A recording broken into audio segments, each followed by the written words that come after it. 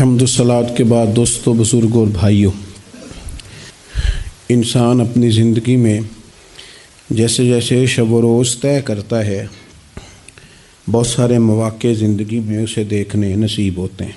ہمارے ہاں کچھ تقریبات کی جاتی ہیں، خوشی کے موقع پر بھی اور غم کے موقع پر بھی۔ خوشی کی تقریبات بھی پہلے بڑی مختصر، جامع، پروقار اور وزادار ہوتی تھی۔ نکاح کا مطلب ہے دو گواہوں کی موجودگی میں ایجاب و قبول کرنا۔ مختصر سے لوگوں کے بیچ بیٹھ کے نکاح ہو جاتا تھا، مختصر سے لوگ ولیمے کی دعوت کے بعد دعائے خیر پر اپنے اپنے گھروں کو چلے جاتے تھے۔ ہندوستان میں مسلمانوں نے ہندوؤں کو دیکھا کہ وہ مہندی کی رسم کرتے ہیں، اس پر پھر اتنی زیادہ توجہ لوگوں کی بڑھ گئی کہ وہ باقاعدہ شادی کا حصہ بن گئی، باقاعدہ اس پہ بہت بڑا سرمایہ خرچ ہونے لگ گیا۔ پھر اس کے ساتھ ساتھ فی نفس ہی عورت کا ہاتھوں پہ مہندی لگانا تو ناجائز نہیں، لیکن اس میں پھر ایک باقاعدہ تقریب رکھ لینا، پھر مرد عورتوں کا اکٹھے ہونا، پھر ڈھول ڈھمکا ہونا، پھر شور شرابہ ہونا، اس کی شریعت قطعاً اجازت نہیں دیتی۔ پھر یہ ہوتا تھا کہ شادی سے قبل جب رشتہ طے ہوتا تھا تو طریقہ یہ تھا کہ لڑکی اور لڑکے کا نکاح کر دیا جاتا تھا اور مناسب وقت پر رخصتی ہو جاتی تھی۔ نبی پاک صلی اللہ تعالیٰ علیہ وسلم نے حضرت سیدہ عائشہ صدیقہ رضی اللہ تعالیٰ عنہ کے ساتھ نکاح کیا اور 3 سال کے بعد رخصتی ہوئی۔ چلے بعد میں لوگوں نے اگر نکاح نہ کیا تو پھر کہا کہ نسبت طے کر دی ہے۔ یہ بڑا سونا، اچھا، صاف ستھرا فکرہ تھا۔ اب باقاعدہ اس نام کو منگنی کا نام دے دیا گیا، اور ہم دوسروں کی چال چلتے چلتے اپنی وزاداری بھولتے جا رہے ہیں۔ دیکھا دیکھی نا لوگوں کی، دیکھا دیکھی۔ میرج ہال کا تصور صرف اتنا تھا کہ اب آبادیوں میں جگہ موجود نہیں ہے تو باقاعدہ ایسے ہال بنا لیے جائیں جن میں نکاح آسانی سے ہو جائے، لیکن اب تو مہنگے سے مہنگا ہال، اس میں پھر سہولیات، پھر اس میں آسانیاں، پھر کھانے کی بھرمار اور مختلف ڈشیں۔ یہ سوائے اپنے اوپر بوجھ ڈالنے کے، امیر بوجھ ڈالتے ہیں، غریبوں کو پریشان کرتے ہیں، ان کے بچے دیکھا دیکھی اس چکر میں پڑ جاتے ہیں، حالات سنگینی کا رخ اختیار کر جاتے ہیں۔ منگنی باقاعدہ میرج ہال میں ہونے لگ گئی۔ اللہ تعالیٰ معاف فرمائے تو وہاں بھی مردوں عورتوں کا اختلاط ہے باقاعدہ۔ ابھی اس کا نکاح نہیں ہوا، وہ تو غیر محرم ہے، اس کو انگوٹھی دی جاتی ہے پہنانے کے لیے، اور لڑکا لڑکی کے ہاتھ میں انگوٹھی پہنا رہا ہے۔ ناراض نہ ہونا، حاجی صاحب بھی کھڑے ہوتے ہیں، نمازی صاحب بھی کھڑے ہوتے ہیں، وہ صاحب بھی کھڑے ہوتے ہیں جو مذہبی تقریبات میں آگے آگے دکھائی دیتے ہیں، لیکن یہاں دین ہی نہیں یاد آ رہا۔ کوئی شخص کلام کرنے کو تیار ہی نہیں ہے کہ میاں یہ تو حرام ہے، حرام ہے، اشد حرام ہے۔ جب تک ان کا نکاح نہیں ہو جاتا یہ ایک دوسرے کے لیے محرم نہیں ہے، لیکن کوئی روکنے والا نہیں۔ تقریبات بڑھتی گئیں، بوجھ بڑھتا گیا، بہت بڑا سرمایہ۔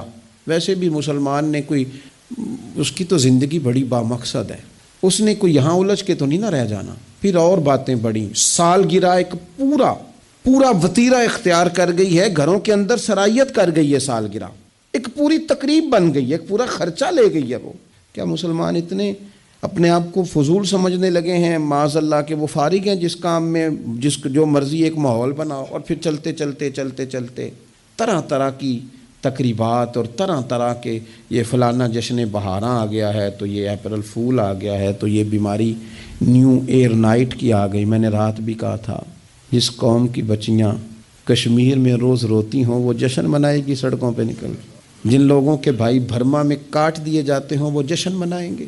او خدا کے بندو، لوگوں نے تو تنقید کر کے چپ کر گئے، تنقید کر کے۔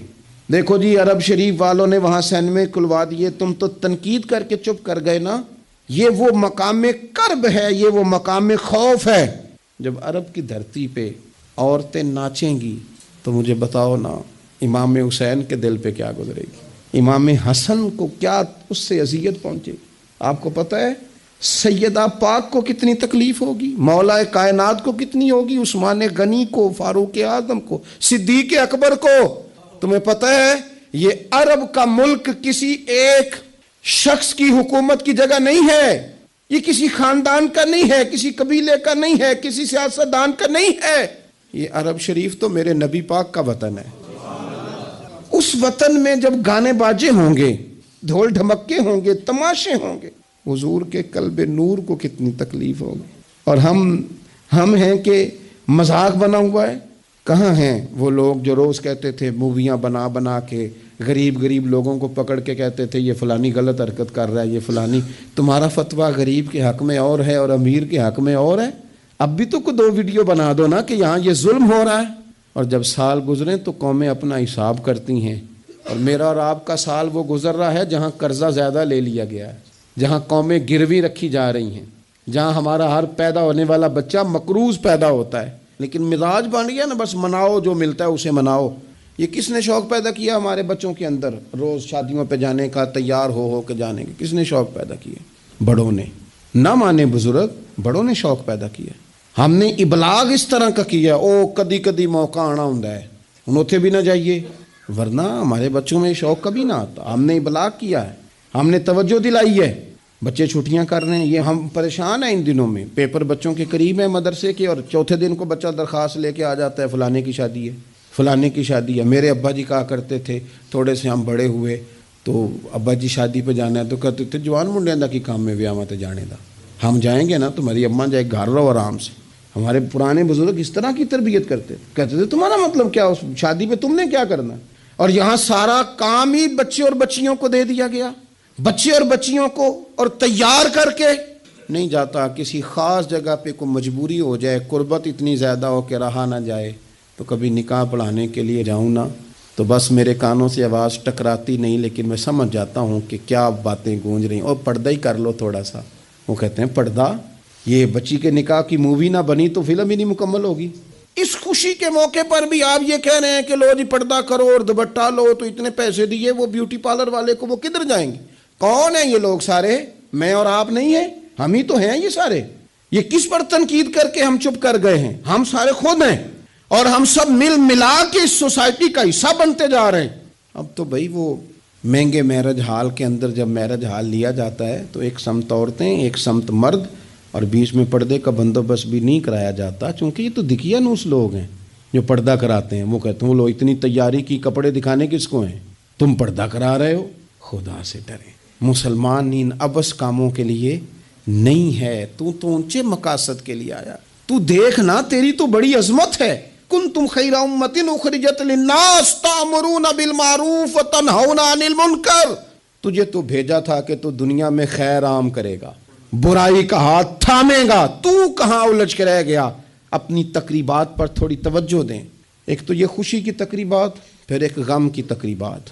میں نے اپنے کانوں سے سنا ہے کل 10ویں کا اعلان اکٹھا کرا دیا گیا، اور یہ ٹھیک کیا جاتا ہے. ایک ہی دن میں دونوں اصال ثواب کی تقریبات ہو جائیں. اس کا اصل اصال ثواب ہے. اصال ثواب کیا ہے؟ اصال ثواب یہ ہے کہ آپ کو دعا کرنی ہے جانے والے کے لیے، کچھ قرآن مجید پڑھ کے، کچھ اذکار پڑھ کے، کچھ وظائف پڑھ کے اس کی روح کو اصال کرنا ہے. اتنا مقصود ہے. بڑی غور سے، مجھے تھوڑا ٹائم دیں گے آپ 2-3 منٹ کا صرف، اور میری بات پہ نا خاص توجہ کریں. خاص بات کرنا چاہتا ہوں. اگر اس میں کھانا پکانا ہے نا تو آپ نے کھانا اس لیے پکانا ہے کہ غریب کو، مسکین کو کھانا کھلائیں گے، اور جو ثواب اس کا ملے گا وہ بھی جانے والے کی روح کو ملے گا. لیکن اگر آپ اس میں دعوت پکا لیں، دعوت رشتہ داروں کی، یاروں کی، وہ تو بھائی دعوت ہے. ایک ہے کہ آپ نے کوئی ایسا کام کیا جس سے جانے والے کی روح کو، ہوٹل میں بیٹھ کے کھانا کھایا 4 بندوں نے، موج کی، مرضی کا انہوں نے گوشت اڑایا، تو وہ کہیں اس کا ثواب جائے گا. یہ جو دعوت کا لفظ ہے نا، کہ دعوت کی، امیر لوگ سارے اکٹھے کیے، رشتہ دار، دوست احباب، سیاسی سب آ گئے.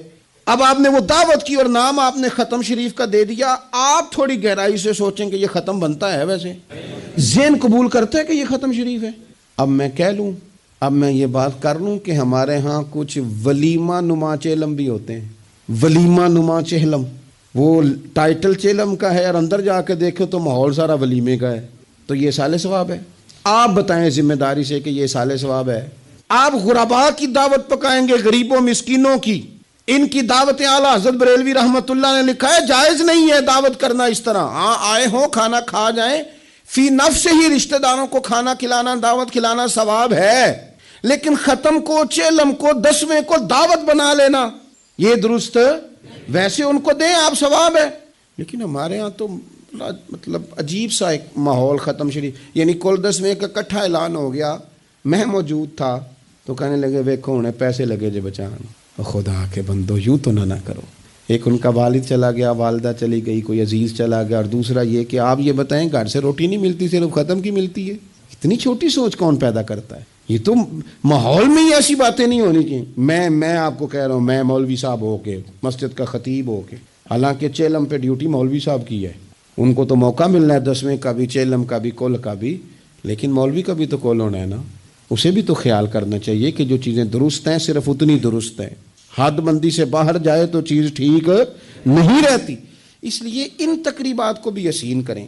کل شریف پہ ماحول دعوت کا نہ ہو۔ میں آپ کو ذمہ داری سے کہتا ہوں، کسی کا باپ فوت ہو جائے تو جتنی اچھی دعا وہ مانگ سکتا ہے، درد سے اتنی کوئی اور نہیں مانگ سکتا، لیکن وہ تو دعوت پکا رہا ہے نا، وہ تو دیگوں پہ ہے، وہ تو ٹینٹ کا سامان اکٹھا کر رہا ہے، وہ تو ترتیب لگا رہا ہے۔ اور میں ذمہ داری سے کہتا ہوں، کل سے پہلے 10ویں کے بعد، چیلم کے بعد بیٹوں کی لڑائی ہوتی ہے کہ خرچہ زیادہ ہے، تم حصہ نہیں پورا دے رہے، یہ سال ثواب ہے، تیرے ذمہ 25,000 ہے، تیرے ذمہ 30,000 ہے، یہ سال ثواب ہے۔ یہ غلط چیز ہے، کیونکہ آپ ایک ماحول ہے دعوت کا، ایک ماحول ہے دعا کا، ان دونوں میں فرق ہے۔ جہاں دعا کا ماحول ہوگا نا، وہاں نہیں یہ ٹینٹوں کا چکر، روٹیوں کا چکر، یہ آنے جانے والوں کا چکر، میرج حال، وہاں نہیں، وہاں تو لوگ قرآن شریف پڑھیں گے، وہاں تو گھر والے بھی بیٹھ کے تسلی سے تسبیح کریں گے، اور پھر تسلی سے آنسوؤں سمیت رب کی بارگاہ میں دعا کریں گے۔ دعوت اور دعا کا ماحول ہی الگ الگ ہے۔ اس لیے جو ہماری تقریبات اصالِ ثواب کی ہیں، اور پھر میں آپ سے عرض کروں،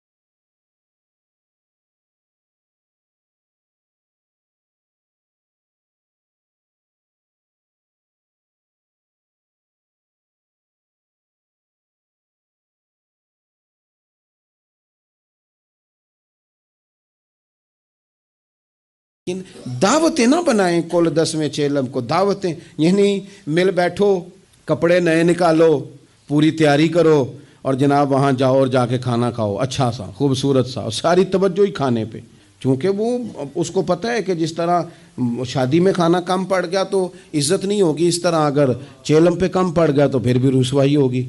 تو جب کھانے پہ لگ جائیں گے تو دعا تو رہ گئی، جانے والے کا فائدہ نہ ہو سکا۔ دو ایک باتیں مزید اسی عنوان پر، اللہ تعالیٰ نے قرآن مجید میں یہ فرمایا کہ کل بفضل اللہ وبرحمتہ فبذلک فلیفرحوا۔ اے محبوب علیہ السلام، آپ اپنے غلاموں سے فرما دیں کہ جب اللہ کا فضل اور اس کی رحمت ملے تو پھر خوشی منایا کریں، اظہار مسرت کریں۔ امام فخر الدین رازی رحمۃ اللہ علیہ نے یہاں ایک بات لکھی ہے جو بڑی خوبصورت ہے اور بڑی سمجھنے والی ہے۔ امام رازی رحمۃ اللہ علیہ فرماتے ہیں کہ یہ خوشی اس لیے نہیں منانی کہ انعام ملا ہے، خوشی اس لیے منانی ہے کہ رب کی طرف سے ملا ہے، خوشی اس لیے منانی ہے کہ محبوب نے دیا ہے۔ تو جب محبوب دے نا، وہ چند دن پہلے بڑا لطف آیا، بس ایک بات ہے بھولتی نہیں، سے ثبوت نہ منگو میتھوں نظر کرم قد ہوئی، اے میں جانا یا دل پر جانے غیر نہ جانے کوئی۔ یہ اس لیے خوشی منانی ہے کہ نظر کرم ہوئی ہے، اللہ نے نوازا ہے۔ تو اب جب اس لیے خوشی منانی ہے کہ اللہ نے دیا ہے، تو پھر خوشی بھی وہی منانی ہے جس سے اللہ راضی ہو، اسی انداز میں رہنا ہے جس میں رب رسول راضی ہوں۔ تقریبات میں 2-3 چیزوں کا خاص خیال، ایک تو خرچ حد سے زیادہ نہیں ہونا چاہیے، اعتدال کے ساتھ خرچ کریں، فضول خرچی سے بچیں۔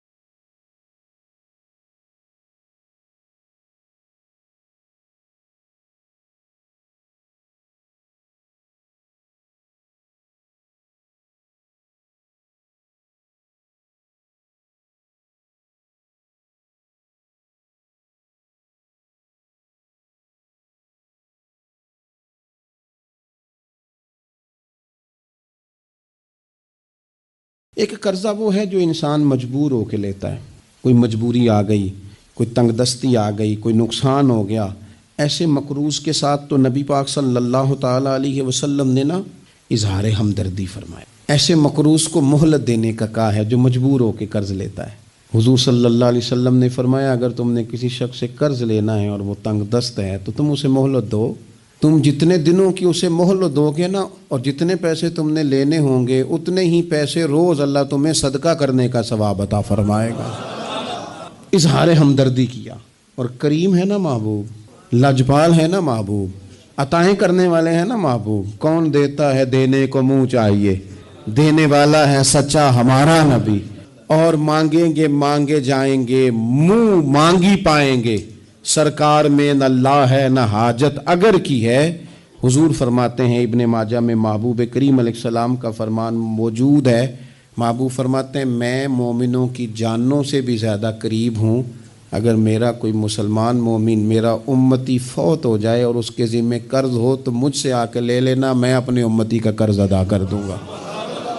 اور حضور سید عالم صلی اللہ تعالیٰ علیہ وسلم، میں پھر کہہ رہا ہوں اس میں کئی روایات آپ کے سامنے رکھ سکتا ہوں۔ حضرت ابو امامہ رضی اللہ تعالیٰ عنہ انصاری صحابی ہیں، فرماتے ہیں میں بڑا پریشان تھا اور مسجد میں بیٹھا تھا، قرض بہت بڑی اذیت ہے، مقروض قیدی ہے، صحت ہونے کے باوجود بیمار ہے، گھر ہونے کے باوجود بیکار ہے، ساری آسانیاں ہونے کے باوجود تکلیف میں ہے چونکہ مقروض ہے، ہر وقت کی اذیت ہے، ہر وقت کی ٹینشن ہے۔ حضرت ابو امامہ رضی اللہ عنہ فرماتے ہیں میں مسجد میں بیٹھا تھا، قربان جائیں نبی کریم علیہ السلام تشریف لائے اور محبوب کے میٹھے اور مد بھرے جملے، کک سواد نہیں مشری اندر اسی کھنڈاں وی چک ڈٹھیاں، انہاں ساریاں شیواں نالوں گلاں سجن دیاں مٹھیاں۔ محبوب نے فرمایا ابو امامہ کیا بات ہے یار، یہ وقت نہیں مسجد آنے کا، اور اس وقت کے اندر میں تمہیں مسجد میں دیکھ رہا ہوں، اس وقت کیوں بیٹھے ہو؟ عرض کرنے لگے حضور مجھے قرض نے پریشان کر دیا، آزمائش میں آ گیا ہوں، حضور کیا کروں؟ تو نبی کریم نے فرمایا میں تمہیں دعا سکھاتا ہوں نا۔ حضور نے دعا سکھائی، کہا پڑھو اللہم انی اعوذ بک من الہم والحزن واعوذ بک من العجز والکسل واعوذ بک من الجبن والبخل واعوذ بک من غلبۃ الدین وقہر الرجال۔ فرمائے اس دعا کو پڑھا کرو اللہ خیر کر دے گا۔ حضرت ابو امامہ فرماتے ہیں لوگوں میں نے یہ دعا پڑھی، میرے نصیب دیکھو، پڑھی میں نے پر سیکھی میں نے ڈائریکٹ حضور سے ہے۔ میں نے یہ دعا پڑھی، اللہ نے میرے قرضے بھی دور کر دیے اور میرے غم بھی سارے دور کر دیے۔ ہمارے تو وظیفے میں اعلیٰ حضرت نے اس دعا کو شامل کر دیا، فرمایا اسے پڑھو، صبح بھی پڑھو شام بھی پڑھو، غم بھی دور ہوں گے، قرضے بھی دور ہوں گے۔ اور یہ روایت سنن ابو داؤد شریف میں موجود ہے۔ عزیز بھائی، نبی پاک اظہار ہمدردی کرتے، لیکن جو بندہ جان بوجھ کے قرضہ لے، جان بوجھ کے قرضہ لینے سے مراد کیا ہے؟ شہرت کے لیے، دکھاوے کے لیے، زیادہ خرچے کرنے کے لیے، مہنگی شادی کرنے کے لیے جو بندہ قرضہ لے، اس کے بارے میں پتہ ہے رسول کریم صلی اللہ تعالی علیہ وسلم نے کیا فرمایا؟ محبوب فرمانے لگے، یہ المستدرک میں موجود ہے، ذرا لفظ دیکھیے گا حدیث کے، حضور فرمانے لگے میں کفر اور قرض سے اللہ کی پناہ مانگتا ہوں۔ میں کہہ چکا ہوں کہ شارحین حدیث نے لکھا یہ وہ والا قرض ہے جو بندے نے شہرت کے لیے لیا، خرچے بڑھانے کے لیے لیا، مہنگی شادی کرنے کے لیے، دکھاوے کے لیے کام کرنے کو لیا، مجبور نہیں تھا، جان بوجھ کے لیا۔ حضور فرمانے لگے میں کفر اور قرض سے اللہ کی پناہ مانگتا ہوں۔ تو صحابی نے عرض کی یا رسول اللہ آپ قرض اور کفر کو برابر کر رہے ہیں، ایک جگہ ذکر فرما رہے ہیں؟ تو حضور نے فرمایا ہاں میں ایک جگہ ذکر کر رہا ہوں، میں ان دونوں کا ذکر اکٹھا کر رہا ہوں، کفر اور قرض۔ اتنی بڑی بات، اعتدال میں رہیں، کم سے کم قرضے، اور یہ سارا کچھ ہو سکتا ہے، کوئی مشکل کام نہیں ہے۔ دوسری بات، ایک تو شادی میں خرچ کم سے کم کریں تقریبات میں، اور دوسری بات یہ کہ تھوڑا سا نا پردے کا اہتمام ہو۔ میں کوئی تنقید نہیں کرتا، طنز نہیں کرتا، چونکہ ہماری بہنیں مائیں بیٹیاں ہوتی ہیں، ہم نہیں انہیں سمجھانا ہے، ان کو ذرا سمجھائیں، ان کو یہ بتائیں کہ قیمتی چیزیں جو ہوتی ہیں وہ پردوں میں ہوتی ہیں۔ ہمارے گھر میں 20 تولے سونا پڑا ہو تو ہم نے کبھی نہیں باہر نکل کے بتایا کہ بڑا ہے، کیونکہ قیمتی ہے نا، تو پردے میں رکھا ہوا ہے، اس کی چابی کا بھی ہم خیال رکھتے ہیں کہ کہیں گم نہ ہو جائے۔ اسی طرح ہر کتاب کو غلاف نہیں چڑھتا، صرف قرآن پاک کو چڑھتا ہے۔ انہیں بتاؤ کہ ساری بیویاں پردہ نہیں کرتی، صرف سیدہ عائشہ صدیقہ کی کنیزیں کرتی ہیں، صرف سیدہ فاطمہ کی کنیزیں کرتی ہیں رضی اللہ تعالی عنہما۔ تھوڑا سا نا پردے کا اہتمام۔ شادی بیاہ پہ تو بالکل ہی معاملہ گڑبڑ ہے، اور پوری تیاری کر کے عورتیں معاذ اللہ آ جاتی ہیں، اور یہ تو روکنا ہے ان کے ورثاء نے، ان کے جو ولی ہیں۔ عورت نے جو بناؤ سنگار کرنا ہے وہ تو گھر میں اپنے خامد کو دکھانے کو کرنا ہے، تو وہ گھر میں کرے جب اس کو ضرورت ہو، لیکن اس طرح سے لے کر کے اس کو بیاہ میں جانا، شادی میں جانا، مہندی کی تقریب میں جانا، یہ نہ عقلاً ٹھیک ہے، نہ نقلاً ٹھیک ہے، نہ تہذیب کے طور پر ٹھیک ہے، نہ سوسائٹی میں مہذب لوگ اس طرح کا کوئی کام کرتے ہیں۔ سنو نبی پاک صلی اللہ تعالی علیہ وسلم نے ارشاد فرمایا شرک کے بعد جو سب سے بڑا گناہ ہے وہ بدکاری ہے، بے حیائی ہے۔ اور نبی پاک علیہ السلام نے فرمایا کچھ عورتیں ایسی ہیں جو لباس پہن کے بھی ننگی ہیں، فرمایا یہ وہ عورتیں ہیں جنہیں اللہ تبارک و تعالی جنت کی ہوا بھی عطا نہیں کرے گا، خوشبو تک نہیں ملے گی۔ ان کو یہ سمجھائیں۔ یہ آج کل بڑا عروج ہے شادیوں کا، خواتین مہربانی کریں، اپنے اوپر رحم کھائیں، نہ اللہ کی نافرمانی مول لیں۔ ماؤں بہنوں بیٹیوں، پھر روتی ہو، دکھ سناتی ہو، کہتی ہو بڑی ساری آزمائش میں ہیں، تو اگر تکلیف میں ہو تو پھر تو رحمت والے کام کرو نا۔ بندہ تکلیف میں بھی ہو، دکھوں میں بھی، اور کام عذاب والے کرے تو اسے کس طرح کر کے آسانی میسر آئے گی؟ اس لیے شریعت اسلامیہ کے دائرے کے اندر وقت گزاریں۔ تیسری گزارش تقریبات کے حوالے سے، تیسری اور آخری یہ ہے کہ ہم نہ شادی ہو، بیاہ ہو، کوئی بھی معاملہ ہو، ہمارا یہ مزاج بن گیا ہے کہ ہم نہ تعلقات نبھاتے ہیں۔ دفتر کے لوگوں کو بلائیں گے، ہمارے جو بزنس کے متعلقہ لوگ ہیں ان کو دعوتیں دیں گے، جن لوگوں سے ہمیں کوئی سیاسی سماجی کام پڑ سکتا ہے انہیں بلائیں گے۔ دعوت بھی کبھی کھلائیں گے تو کوشش کریں گے اس بندے کو کھلائیں جو بندہ نا جس کی ذرا فوٹو صحیح آتی ہے، لائکس اچھے ملتے ہیں۔ اسی طرح کا معاملہ شادی میں ہم نے کر لیا ہے، صرف اپنے فائدہ دیکھ کے، نفع دیکھ کے، بلکہ اخباروں میں بعض میں خبر آتی ہے فلاں کے بیٹے کا ولیمہ سیاسی اجتماع بن گیا، غربا کو موقع نہیں ملتا۔ ہمارے استاد صاحب بات سنایا کرتے تھے، وہ فرماتے تھے کہ ایک آدمی کو کسی نے بلا لیا شادی پہ، تو کسی گیراج میں کسی ورکشاپ پہ کام کرتا تھا، تو وہ نہ وہیں سے کپڑے نہ بدل سکا، انہی کپڑوں میں اسی طرح آلودہ تھے کام کے ساتھ۔ اس نے کہا کہ اگر میں گھر گیا تیار ہونے تو وہ لیٹ نہ ہو جاؤں، تو اسی طرح چلا گیا۔ اس کو چوکی دار نے اندر ہی نہیں جانے دیا، کہا تو کدھر آ گیا؟ اس نے بڑی کہا بھی مجھے بلایا ہے، میرا تعلق ہے۔ اس نے کہا نہیں تجھے کیسے بلا لیا؟ کیونکہ اسے پتہ تھا نا ان لوگوں کا تو اسٹیٹس ہی اور ہے، غریب آدمی ان کی دعوت میں۔ اس نے کہا جا تجھے نہیں بلایا، اندر ہی نہیں گھسنے دیا۔ اب وہ جلدی سے گاڑی بھگا کے گھر گیا، وہ کاٹن شاٹن مایا شایا تگڑے کپڑے، ویسٹ کوٹ، اچھے طرح سوٹ بوٹ پہن کے جب وہ واپس لوٹا نا تو اس نے جناب خود سے اسی چوکی دار نے خود دروازہ کھولا، اندر بھیجا۔ اب وہ جب کھانا شروع ہوا نا تو اس نے ایک ڈونگا لیا سالن کا اور اپنا کرتا پکڑ کے اس میں ڈبو دیا، پھر دوسرا کرتا ڈبو دیا۔ لوگوں نے کہا تم باولے تو نہیں ہو گئے، یہ کیا کر رہے ہو؟ اپنے کپڑے آلودہ کر رہے ہو سالن سے۔ کہنے لگا میری تو دعوت نہیں، دعوت تو کپڑوں کی ہے۔ اگر میری ہوتی تو مجھے تو پہلے بھی داخل ہونے دیتے. یہ تو ان کپڑوں کی دعوت ہے میاں, تو یہ چونکہ ان کی دعوت ہے تو انہیں کہہ رہا ہوں کھاؤ کھانا, میری تو ہے ہی نہیں دعوت. ان کو کھانا چاہیے, اس لیے کہ یہاں تو گاڑیوں کی دعوت ہے, یہاں تو کوٹھیوں کی دعوت ہے. یہاں تو دعوت اس بات کی ہے کہ بڑی پجاروں میں کون آیا ہے؟ رسول کریم صلی اللہ تعالی علیہ وسلم نے فرمایا ولیمے کے کھانوں میں بدترین کھانا, یہ صحیح بخاری ہے, فرمایا ولیمے کے کھانوں میں سے بدترین کھانا وہ ہے جس میں امیروں کو تو بلایا جائے پر غریبوں کو نہ بلایا جائے. وہ بدترین دعوت ہے. اس لیے بعض صوفیہ تو یہ فرماتے ہیں کہ کوشش کر کے نا بعض غریبوں کو منت کر کے لے آؤ اپنے ولیمے کی, اپنی تقریبات کی دعوتوں میں, تاکہ تمہارا کھانا اچھا کھانا تو بن جائے نا, تمہارا کھانا بہترین کھانا تو بن جائے نا, تمہارا کھانا اعزاز والا تو ہو جائے. کچھ تو غرباء کو دعوت دے لو, لیکن ہماری تقریبات ہماری ذاتی معاملات کا حصہ بن جاتی ہیں. میں تو مذہبی تقریبات بھی دیکھتا ہوں, مذہبی تقریبات میں بھی ہماری پوزیشن کچھ اسی طرح کی ہے. میں اپنے بارے میں کئی دفعہ دوستوں کو کہہ چکا ہوں کہ دین کا خادم سمجھ کے دعوت دینا تو بڑی اچھی بات ہے, لیکن ہمیں برانڈ نہ بناؤ. ہمیں بعض جگہ بڑی اچھی طرح سمجھ آ جاتی ہے کہ بعض آدمی کا بات کرنے کا سٹائل کیا ہے, اور جو آدمی روز اتنی لمبی چوڑی تقریر کرتا ہے اس کو جب آگے کوئی شخص بات سنانے کی کوشش کرتا ہے تو پتہ چلو اکثر چل جاتا ہے کہ کہاں سے بات کر رہا ہے. چلیں جواب نہ دینا کئی دفعہ اخلاقی طور پر درست نہیں ہوتا. دینی تقریبات کو کوئی ضروری ہے کہ 600 آدمی 400 آدمی بیٹھے گا تو پھر ہماری محفل ہوگی؟ کوئی ضروری ہے؟ اس لیے تو غریب